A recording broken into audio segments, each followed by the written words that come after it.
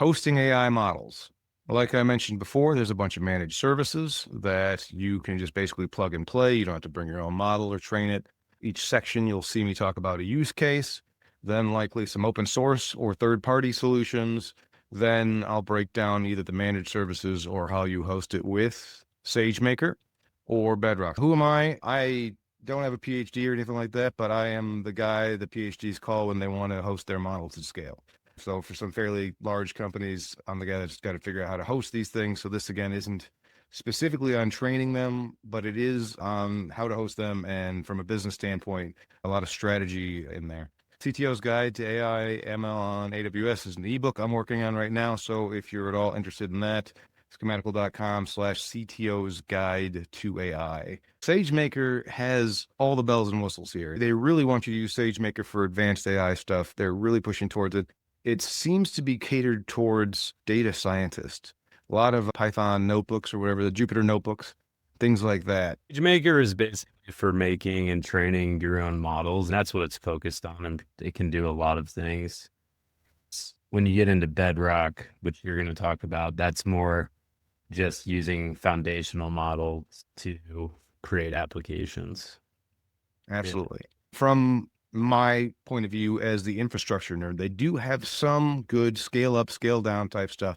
You can do serverless inference, which it's an interesting paradigm there, but I just haven't found it to be horribly cost effective. But you can also provision it. They also have auto scaling to some extent where you can scale down to 0, but then your scale back up takes a second, which is essentially what I was doing for DrawnBy, which I can get into that more in a minute. This is Mike. I used it a couple of years ago to train a custom named entity recognition model, and at the time it was very expensive. I haven't looked at it recently, but I'm interested to hear what you have on it recently. So in the last time I was dabbling with SageMaker for DrawnBy.ai, I found its scaling capabilities to be not great, and it was overpriced for what we were using it for, actually. So we bypassed SageMaker for that and actually ran that closer to the metal using AWS Batch there. So I'm with you on that one. As far as I'm optimistic about the serverless inference stuff, that's a little bit newer. I have not had a chance to play with that yet, though.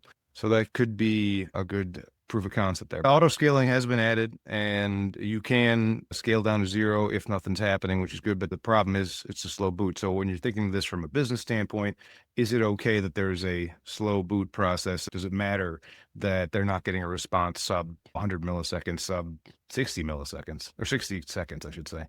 Moving on, as Jonathan alluded to, there is Bedrock, which I call the Netflix of Gen AI. There's a bunch of models that have been pre-trained by big companies, including AWS, but outside of AWS, that they've released it there. And you can basically turn on these models fairly quickly and interchange the inputs and outputs because they've been standardized for those interfaces. And so you can generate videos, you can generate audio, you can run an LLM on it if you wanted to.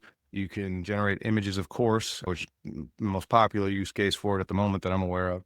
But that's Bedrock right there, the Netflix of generative AI, and it's specifically Gen AI, not inference or anything like that I'm aware of. Also, just to add one thing, Matt, I think one of the nicest things about it is that you can compare foundation models.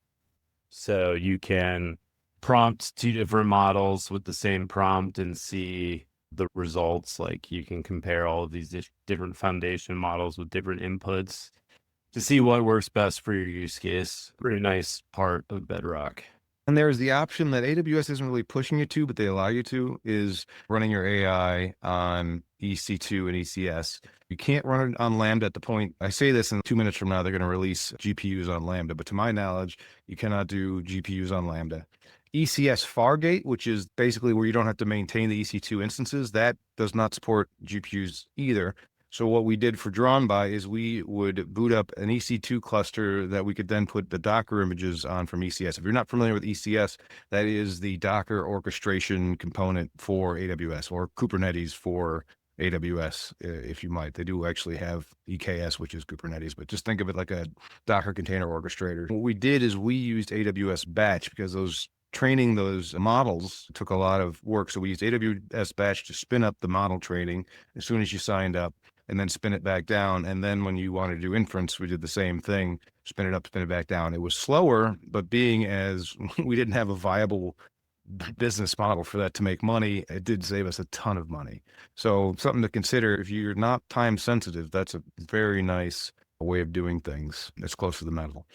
The last one I want to talk about hosting is on device and in browser. A lot of times people get this tunnel vision. And if your model isn't super proprietary, like you don't care if it gets out in the public and people can backward engineer it, or if you don't have a lot of money, people are walking around with GPUs in their pocket, and the browsers now can access the GPUs for most major browsers, at least the Chromium-based ones, I believe, can get access to the GPUs, and they can run a lot of models there. So if you've got something that's as simple as pose estimation, like think of a Snapchat where they make your face look all funny and all that, you can run that on device and possibly save a lot of money. So keep that in mind. Depending on your use case, that might be an option.